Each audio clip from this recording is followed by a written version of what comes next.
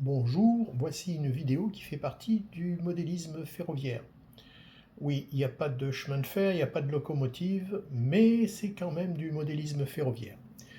Vous avez en haut le dessin des voies, je vais vous l'expliquer tout à l'heure, et en dessous vous avez un petit Arduino avec la possibilité de simuler ce qui va se passer sur les voies ferrées lorsque les convois vont se présenter. Alors d'abord, on va étudier le circuit. Alors je vais vous augmenter un petit peu ça. Et je vais vous montrer effectivement la représentation du circuit qui est géré par l'Arduino. Alors, vous avez effectivement deux voies principales. L'une en A, qui est à gauche, qui roule à gauche bien sûr, qui est là. Et une en B, qui est ici et qui va dans ce sens-là. Voilà. Ces deux voies sont principales et elles sont coupées ici par une voie secondaire qui est ici et qui est une voie sur laquelle un convoi effectue un va-et-vient. Il s'arrête à une gare principale, il démarre, il traverse, il s'arrête à une voie secondaire, à une gare secondaire qui n'est même pas une gare, qui est une halte, puis il redémarre, il va s'arrêter à la gare secondaire, puis il va repartir dans l'autre sens, refaire une halte ici, repartir dans ce sens-là, puis traverser et se retrouver ici. Il est évident que ce schéma-là et ce circuit-là est un circuit totalement temporisé et qui est immuable et qui va s'effectuer sans aucune intervention. Ici, les deux convois, eux, sont totalement indépendants. Ils vont arriver quand ils veulent, simultanément ou pas. Pour que l'informatique soit prévenue de tout ce qui se passe, il y a des ILS, des petits contacts magnétiques qui sont à positionner sur les rails. Alors vous avez par exemple ici un contact ILS 7 qui permettra de détecter la présence du convoi A, au même titre que vous avez ici un convoi ILS 5 qui permettra de détecter le passage du convoi B. Vous avez ici un ILS 6 qui dira le convoi B est passé, au même titre qu'il y a un ILS 8 qui dira ici le convoi A est passé. Nous avons sur la voie, on va dire secondaire, la voie de va-et-vient, nous avons effectivement un ILS qui est ici, qui s'appelle ILS 1, qui va permettre de savoir deux choses. Quand on va aller du nord vers le sud, c'est-à-dire quand on va partir de cette gare, on va effectivement couper le ralenti et on va partir dans un tronçon qui est ici, entre l'ILS 1 et l'ILS 2. Pendant ce tronçon, bien sûr, si effectivement un convoi se présente soit sur le A, soit sur le B, on ne peut rien faire. On ne va pas couper l'alimentation du voie C, parce que sinon le convoi va rester au milieu. On va donc ralentir soit le convoi A, soit le convoi B. Les ILS sont placés de telle sorte que le chemin entre l'ILS qui prévient l'arrivée du convoi et le croisement va permettre au ralenti de faire passer la totalité du convoi C, que ce soit dans un sens ou dans l'autre. Lorsque le convoi C va arriver à l'ILS 2, ici, on sait qu'il ne sera plus là-dedans et que par conséquent, il va commencer à s'arrêter dans la halte. On va donc faire la simulation et voir ce qui se passe avec l'Arduino parce que le but, c'est effectivement de gérer le tout avec l'Arduino. Alors, l'Arduino, vous avez deux choses. Vous avez ici la carte de l'Arduino et vous avez ici tout ce qui représente les ILS sur les rails. J'ai oublié de vous dire qu'il y avait des signaux stop et ralenti qui étaient positionnés par deux servomoteurs parce que les signaux sont des signaux mécaniques qui vont tourner. Vous avez ici le ILS 1, le ILS 2, le ILS 3 et le ILS 4. Ces 4 ILS-là sont les 4 ILS qui font partie de la voie secondaire. Ici, c'est la gare prioritaire. Entre ici et là, on est effectivement au milieu du croisement. Ici, on est effectivement en première halte. Ici, on a dépassé la halte, on est reparti, on est en ILS 3. Ici, on est entre le 3 et le 4. Puis, quand on arrive au 4, la voie secondaire, la gare secondaire s'attend à ce qu'on arrive. On s'arrête, on inverse la tension d'alimentation, puis on repasse 4, 3, 2, 1. Ici, ce sont les ILS des convois B et A. Donc ici, c'est le B, ici, c'est le A. Ces convois-là vont arriver n'importe quand. Et ici, on voit les lumières qui sont des petites LED bleues qui indiquent lorsque les convois A et B sont passés au ralenti. On ne passe ces convois au ralenti que lorsque le convoi C se trouve ici entre ILS 1 et ILS 2. On va donc démarrer la machine et je vais vous expliquer les différentes LED. Hop là, la machine a démarré. Enfin, aurait dû démarrer. Reset.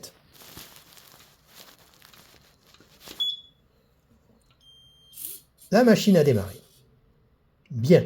Vous avez ici une LED verte qui vous indique effectivement que le convoi C circule du nord vers le sud. La LED rouge qui lui est associée deviendra rouge lorsque le convoi C circulera du sud vers le nord. La petite LED bleue, comme les deux autres LED ici, indique le ralenti. Quand la LED est allumée, le convoi en question est au ralenti. Ça, c'est pour le convoi C. Ça, c'est les convois A et B. Donc ici, on voit qu'on va du nord vers le sud, qu'on est au ralenti et que, effectivement, le convoi C roule parce que ça, c'est l'alimentation du convoi C. On est donc ici, au départ. On n'est pas encore atteint le ILS 2, on est quelque part là-dedans. Qu'est-ce qui se passe si, effectivement, j'envoie le convoi A? Hop, il arrive. Eh bien, si le convoi A arrive, puisque mon train est ici, on lui coupe l'alimentation et on laisse passer le convoi qui s'est présenté. Le convoi est passé, hop, on rétablit. Ici, on rétablit d'abord le signal, ensuite l'alimentation, parce que le signal, c'est quelque chose de visuel pour le conducteur. Puis, quand il a vu son signal stop qui disparaît, on lui remet l'alimentation. Je refais l'expérience avec l'autre convoi. Un autre convoi se présente, on met le stop, on coupe l'alimentation, le convoi passe, hop, ici on enlève le stop, on remet l'alimentation. Petite difficulté, je fais passer le A, je fais passer le B. Le B a fini de passer, mais vous voyez, on ne remet pas l'alimentation. On sait qu'il y a quand même encore le A qui doit s'arrêter. Et effectivement, le A finit de passer, on enlève le stop, on remet l'alimentation. Je reviens sur le convoi C qui donc était pour l'instant entre ici et là. Il avait démarré, mais il était là. On va maintenant le faire passer sur ce tronçon-là. On a donc atteint le ILS 1. Le ILS 1 est ici. Il n'y a plus de raison que le train soit au ralenti. Le convoi va donc passer pleine vitesse pour aller jusqu'à sa halte. Pour l'instant, il est entre ces deux. Mais s'il est entre ces deux, je n'ai pas le droit de l'arrêter. Si je n'ai pas le droit de l'arrêter, je vous fais la même expérience que tout à l'heure. Le convoi A arrive, eh ben oui, mais le convoi A arrive, il ne coupe pas l'alimentation ce coup-ci. Il se met lui-même au ralenti. C'est-à-dire que le convoi A qui est ici a le temps de passer au ralenti, et pendant ce temps qu'il est au ralenti, le convoi C, lui, aura le temps de passer. Il en est de même pour le convoi B s'il se présente. Le convoi B s'indique ici, et le convoi B va aller de là à là, au ralenti, et quand il ira de là à là, le train C aura eu le temps de passer. Le premier est passé, le deuxième est passé, donc on arrête quand les deux sont terminés, que ce soit le train A ici ou le train B ici, on arrête les ralentis et ils reprennent leur pleine vitesse. Nous sommes donc actuellement, pour le convoi C, entre ILS 1 et ILS 2. On va donc passer à ILS2. Je passe à ILS2. Hop là, je suis passé à ILS2. Je vais donc arriver en gare. Ici, on va y arriver. Pour y arriver, hop, vous avez vu, je suis arrivé en gare, ici. J'ai attendu le temps de ma halte, puis on m'a redémarré et je suis donc reparti. Je suis donc ici, en démarrant de la halte, mais je n'ai pas encore atteint le ILS3. Que se passe-t-il si un convoi arrive? Eh bien rien, j'appuie sur les convois, on ne les met pas au ralenti, on ne coupe pas le jus, puisqu'il n'y a aucun problème, le convoi C est loin, les deux convois peuvent passer à leur guise. On va donc maintenant arriver sur le ILS3. Le ILS3 arrive, vous voyez que quand j'ai redémarré de la gare, j'ai redémarré au ralenti. J'arrive sur le ILS3, hop, je coupe le ralenti, donc je suis entre 3 et 4, pleine vitesse. Je suis entre 3 et 4, pleine vitesse. Qu'est-ce qui se passe quand il y a un convoi qui arrive? Toujours la même chose, c'est-à-dire il ne se passe rien. Les deux convois peuvent arriver et traverser pleine vitesse sans aucun problème, puisqu'il n'y a aucune interférence entre l'A et le B, et le C qui est ici. Donc, on continue maintenant, et on dit qu'on arrive sur le ILS 4. Regardez bien ce qui va se passer. Le ILS 4 arrive, je le mets au ralenti. Après être au ralenti, je coupe l'alimentation. Il passe donc son temps devant la gare, puis il va rallumer son alimentation. Ici, elle a été inversée, donc maintenant, le convoi C va partir du sud vers le nord.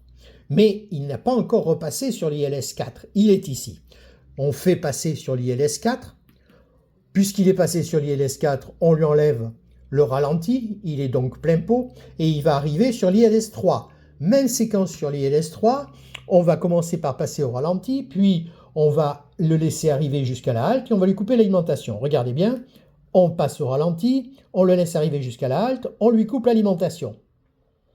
Et puis, après sa halte, on lui remet l'alimentation. On est donc maintenant ici en train de rouler au ralenti puisqu'on était à la halte, et on va arriver à l'ILS2. Mais maintenant, puisqu'on est dans l'autre sens, effectivement, que se passe-t-il s'il se passe un train sur le A? Eh bien, on lui a coupé l'alimentation, on a mis le signal stop, et on attend que le A soit passé. Quand le A est passé, on enlève d'abord le stop, on remet l'alimentation.